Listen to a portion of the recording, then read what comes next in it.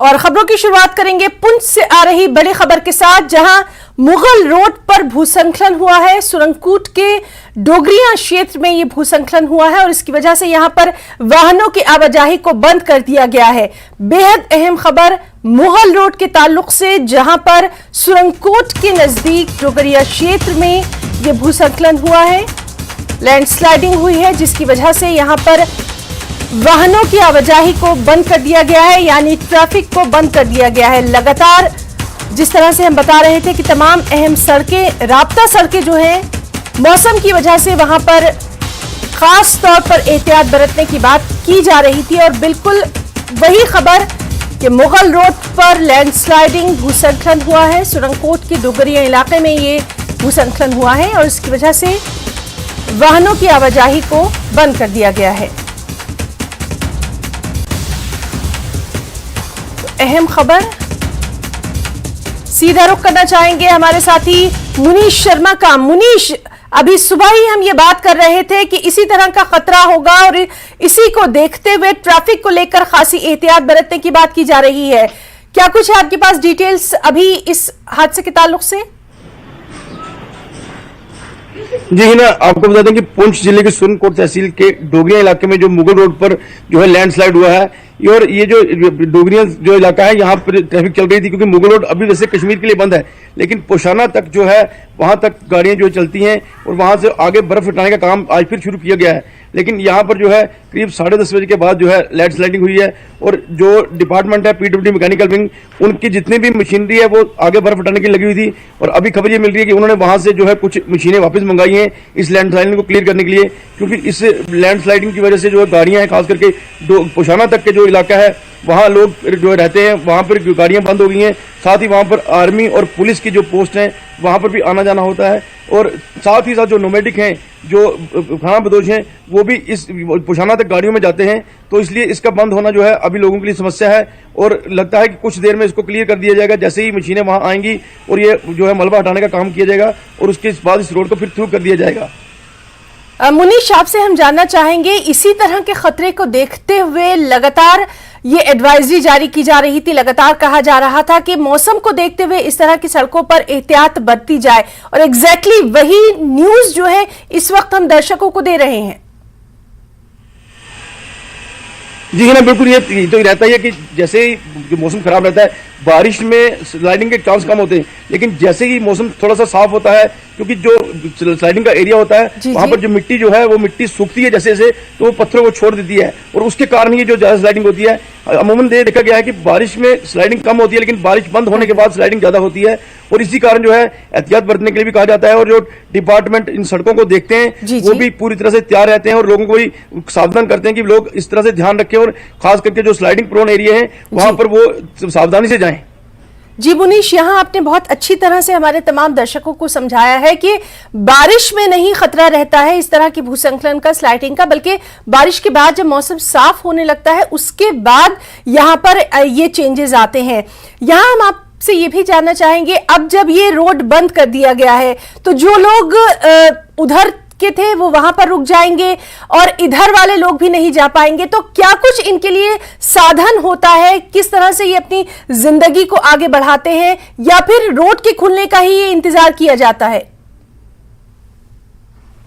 जी ना, बिल्कुल आपने सही कहा कि ये रोड खुलने का इंतजार करते हैं और ज्यादा लंबा समय नहीं लगने वाला, क्योंकि एक स्लाइडिंग है और इस स्लाइडिंग को जो है, क्योंकि मशीनें जिस समय जो पीडब्ल्यूडी मैकेनिकल विंग है या मुगल रोड अथॉरिटी है, उनके पास बड़ी बेहतरीन मशीनें हैं, और खास करके हमने देखा कि पिछले 2 सालों से उनके पास मशीनों की भरमार हो गई है, और वो जो है घंटा 2 घंटे से ज्यादा जो है सड़क को बंद नहीं रहने देते, और लगता है कि अगले 1 घंटे तक जो सड़क फिर थ्रू हो जाएगी और लोगों का आना जाना शुरू हो जाएगा। जहां बात करें उस तरफ से आने की, तो उस तरफ से आने वाला भी कोई नहीं है, क्योंकि मुगल रोड जो है कश्मीर के लिए बंद है, क्योंकि अभी जो है पोशाना के आगे जो है भारी बर्फबारी है और रोड थ्रू नहीं हुई है। लेकिन जो डोगरिया है, पोशाना है, ये जो गांव है लोकल, वहां के लोगों का जो है आना जाना रहता है। लेकिन इस समय ज्यादातर लोग यहाँ से जाने वाले हैं, खास करके जो खाना बदोश हैं वही इस समय इन सड़क का रुख कर रहे हैं। जी, तो गनीमत ये रही मुनीश कि इस वक्त यहाँ पर सड़क पर आवाजाही नहीं थी, इसीलिए कोई हादसा यहाँ पर नहीं हुआ, सिर्फ पत्थर जो है वही सड़क पर गिरे हुए हैं और इसी वजह से ट्रैफिक को बंद किया गया है।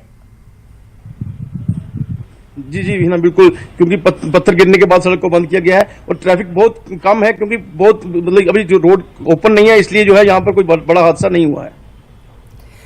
जी मुनीश, तो लगातार आपसे तमाम तरह अपडेट जो है वो लेते रहेंगे और जिस तरह से आप बता रहे हैं कि थोड़ी देर में वहां पर मशीनरी जो है वो भी पहुंचने वाली है और उसके बाद इस सड़क को साफ कर दिया जाएगा। मुनीश, आपसे हम ये भी जानना चाहेंगे, इस तरह के जो लगातार जब भूस्खलन के वाकयात पेश आते हैं उसके बाद वहां पर जो अमला है, किस तरह से उनका पूरा रद्द-ए-अमल रिएक्शन रहता है? इस तरह के जो बड़े बड़े जब पत्थर गिर जाते हैं उसको हटाने के लिए क्या खास वहां पर इंतजामात हैं? क्योंकि ग्राउंड रियलिटी हमारे दर्शकों तक पहुंचना चाहिए। देखने में तो एक बड़ा हादसा नजर आ रहा है, बड़ा रोड पे रुकावट नजर आ रही है।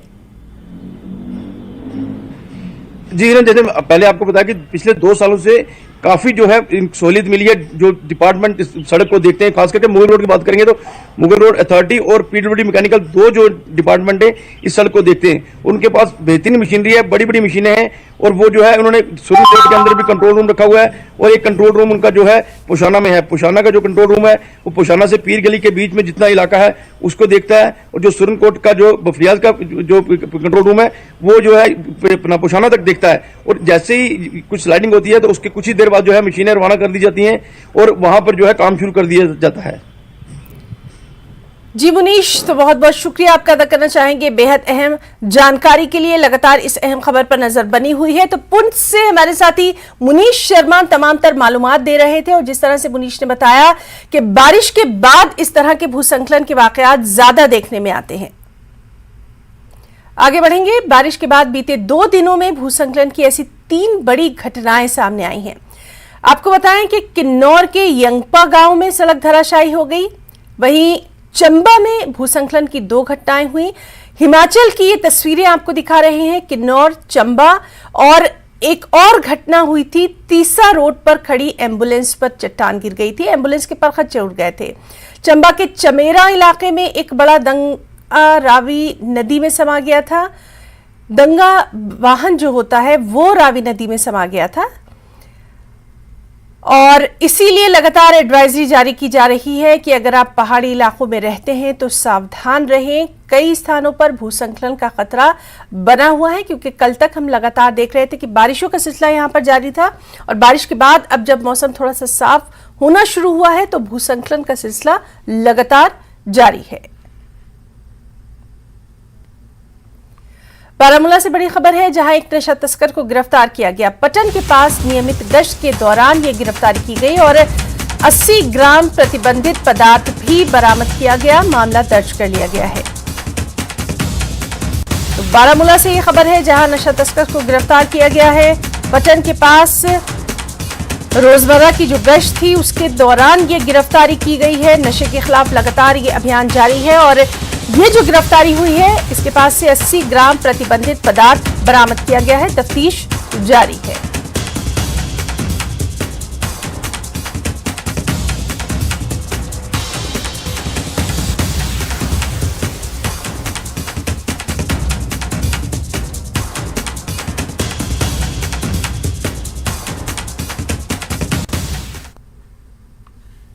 खबरों में यहां रुकना चाहेंगे एक छोटे से ब्रेक के लिए।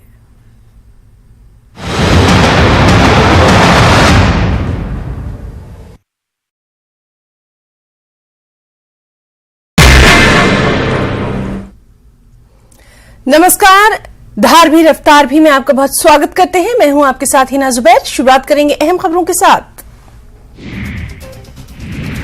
कश्मीर की ईमानदारी, कश्मीरियत और इंसानियत एक बार फिर दिखाई दी। पर्यटकों का खोया सामान लौटाया गया। ये पर्यटक कश्मीरियत और इंसानियत की मिसाल देखकर खुश। देश की जनता से गुलमर्ग आने की अपील। किश्तवाड़ जिले के बस स्टैंड के पास एजाज अहमद के घर में आग लग गई। सिलेंडर फटने से दूसरी मंजिल जलकर राख। दमकल वाहनों के देरी से पहुंचने से लोगों में गुस्सा। कुंजर में G20 और Y20 पर एक सेमिनार का इनेकाद। युवाओं में जागरूकता पैदा करने के लिए विशेषज्ञों ने की चर्चा। कार्यक्रम के तहत कई प्रतियोगिताओं का आयोजन। अहम बात जब श्रीनगर को उन 100 सिटीज में शुमार किया गया, आइडेंटिफाई किया गया कि हम श्रीनगर को एक स्मार्ट सिटी बनाएंगे, तो कौन है वो लोग या कौन है वो एक शख्स जो ये डिसाइड करते हैं कि इस शहर की प्रायोरिटीज क्या हैं? There's a consensus, there's a discussion, and something comes out from that discussion, and we consider that, and we incorporate that in our proposals. In all the smart cities, the same mechanism is being followed. Citizens को include नहीं किया गया, बिल्कुल implementation जो है वो बहुत bureaucratic थी। What is your take? आप फुटपाथ बना रहे हैं पैदल चलने के लिए। जी, कश्मीर में जितने फुटपाथ बनते हैं वो पैदल चलने के लिए नहीं होते, उस पर रेडों की कॉलोनियां बनती हैं। बिल्कुल इन सही, फुटपाथों पर भी कॉलोनियां बसेंगी। बिल्कुल सही। पैदल चलना हमको फिर गाड़ियों के बीच में ही। श्रीनगर स्मार्ट सिटी प्रोजेक्ट को लेकर अहम बात युसरा हुसैन के साथ देखिए शनिवार रात 9:26 पर और रविवार शाम 6:26 पर सिर्फ न्यूज़ 18 जम्मू कश्मीर लद्दाख हिमाचल पर।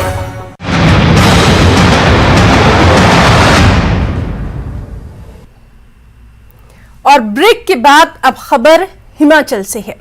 शिमला चुनाव के प्रचार में बस आखिरी 2 दिन ही बचे हैं, जिसे लेकर कांग्रेस और बीजेपी में आरोप प्रत्यारोप तेज हो चुका है। कांग्रेस नेताओं ने बीते 2 दिनों में बीजेपी पर कई गंभीर आरोप लगाए हैं और जिसका जवाब आज बीजेपी की ओर से प्रेस कॉन्फ्रेंस करके दे दिया गया।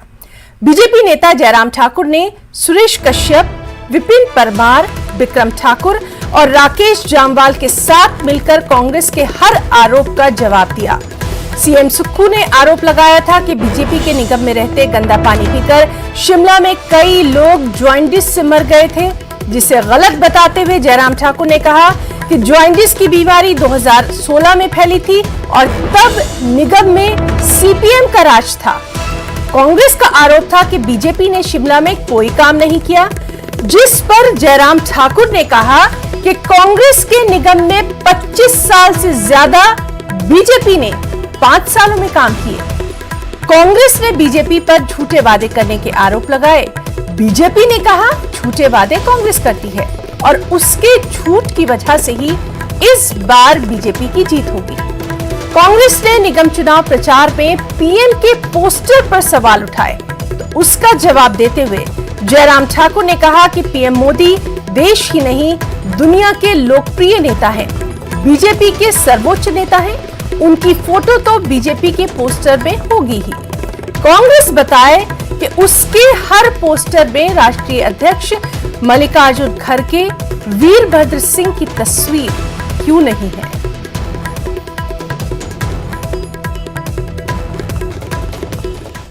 रुझान, जिस तरह का जोश देखने को हमको मिला है वो हमारी अपेक्षा से भी बहुत अधिक है और स्वाभाविक रूप से इस बात को लेकर के लोग अब कहना शुरू हो गए हैं जो निराशा का माहौल सरकार कांग्रेस की बनने के पश्चात इन 4 महीनों में देखने को मिला है, उसका खामियाजा कांग्रेस पार्टी को इस नगर निगम के चुनाव में झेलना पड़ेगा। और मैं इस बात को दावे के साथ कह सकता हूं कि हम जीत रहे हैं और बहुत अच्छी तरह से जीत रहे हैं। जो शिमला में हमने 5 वर्ष के नगर निगम के इस कार्यकाल के दौरान जमीन पर उतारा है, और जैसे मैं पहले भी इस बात का जिक्र कर चुका हूं कि 25 साल तक यहां नगर निगम में शासन कांग्रेस पार्टी का रहा, 5 वर्ष बीच में कम्युनिस्ट भी रहे और भारतीय जनता पार्टी ने मात्र 5 वर्षों तक ही कॉरपोरेशन संभाली थी।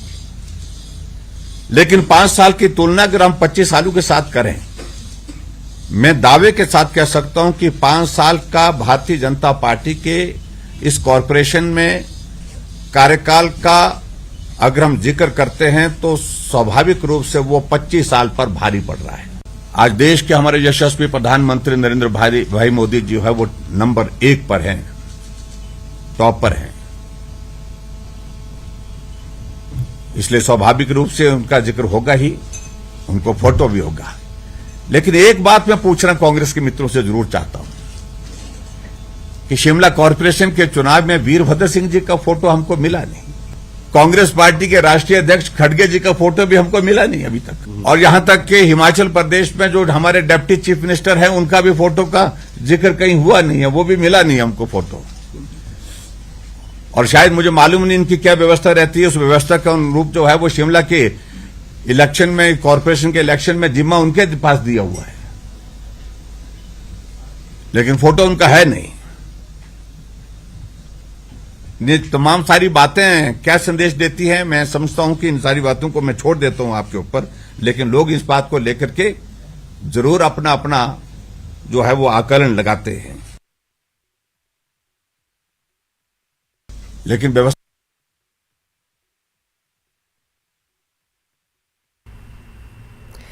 एक और अहम खबर से आपको रूबरू करवाएं। बेहद अच्छी खबर, 5 महिला अधिकारियों को भारतीय सेना की आर्टिलरी रेजिमेंट में शामिल किया गया है। 3 महिला अधिकारियों को उत्तरी सीमाओं पर तैनात किया जा रहा है, जबकि 2 की तैनाती बेहद चुनौतीपूर्ण पश्चिमी सीमा क्षेत्र में की जा रही है। इन महिला अधिकारियों ने चेन्नई में ऑफिसर्स ट्रेनिंग एकेडमी में सफलतापूर्वक प्रशिक्षण प्राप्त किया है। युद्ध की स्थिति में आर्टिलरी विंग बेहद मददगार होती है। इन्हें फील्ड में सर्विलांस की ट्रेनिंग दी गई है। इन्हें विभिन्न प्रकार के रॉकेट्स को संभालने के लिए भी प्रशिक्षित किया जाता है। ये महिला अधिकारी पुरुषों की तरह चुनौतियों का सामना करती रहेंगी। इन्हें समान अवसर दिए जाएंगे। इन्हें विभिन्न प्रकार के रॉकेट्स को संभालने के लिए खास ट्रेनिंग दी गई है। लेफ्टिनेंट महक सैनी, लेफ्टिनेंट साक्षी दुबे, लेफ्टिनेंट आदिति यादव, लेफ्टिनेंट पायस मुदगिल, लेफ्टिनेंट आकांक्षा बाजाब्ता फौज में शामिल किए गए। पासिंग आउट परेड के बाद सभी 5 महिला अधिकारियों को सैन्य अभियानों में औपचारिक रूप से शामिल किया गया।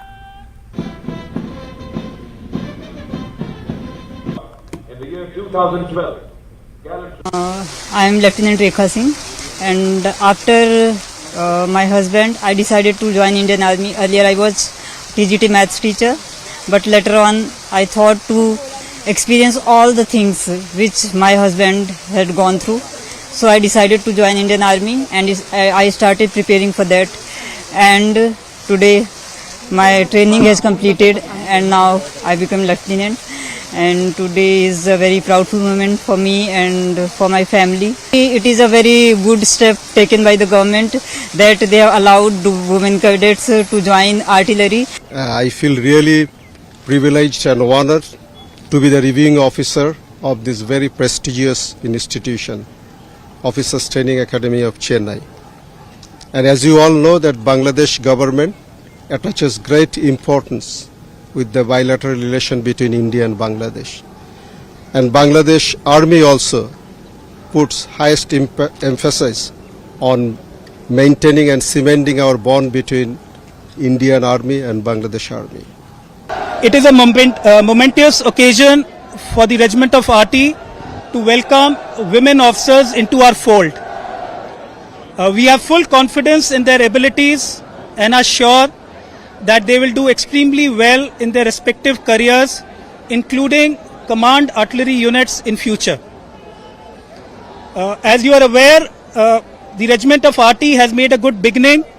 More than 20% of the officers who have been commissioned today into the Regiment of RT are women officers. And this is yet another step in a series of transformational initiatives being undertaken by the Indian Army. Now, all these women officers are being posted to all units of Indian artillery. It's a very proud moment for me to be inducted into the artillery, and being one of the 5 women officers to be inducted into the artillery for the first time in the history is a very big thing. And I'm pretty sure that all of us will do justice to our roles, and we'll exploit our potential, and we'll give our best to the arm and to the organization. केंद्रीय सूचना एवं प्रसारण मंत्री अनुराग ठाकुर ने Y20 pre summit पर press वार्ता की। उन्होंने पाकिस्तान का नाम लिए बगैर कहा कि लेह में Y20 की सफलता ने कुछ लोगों को आहत किया है। ठाकुर ने कहा कि Y20 की घोषणा के बाद से इस संबंध में गलत बयानी का सिलसिला शुरू किया गया, लेकिन दुनिया ने देखा कि हमने इसे सफलता के साथ किया है। दुनिया भर में मशहूर कश्मीर की सदियों पुरानी पेपरमैशी क्राफ्ट के कारीगरों को काफी दिक्कतों का सामना है। मार्केट में पेपरमैशी के नाम पर बेची जाने वाली जाली अशिया पेपरमाशी के लिए दर्दसर बन गई है। यहाँ के कारीगरों के लिए सख्त मुसीबत बन गई है। प्लास्टिक की मसनूआत से कारीगरों को सख्त चैलेंजेस का भी सामना है। पेश है हमारे साथी रईस वाकरे की स्पेशल रिपोर्ट।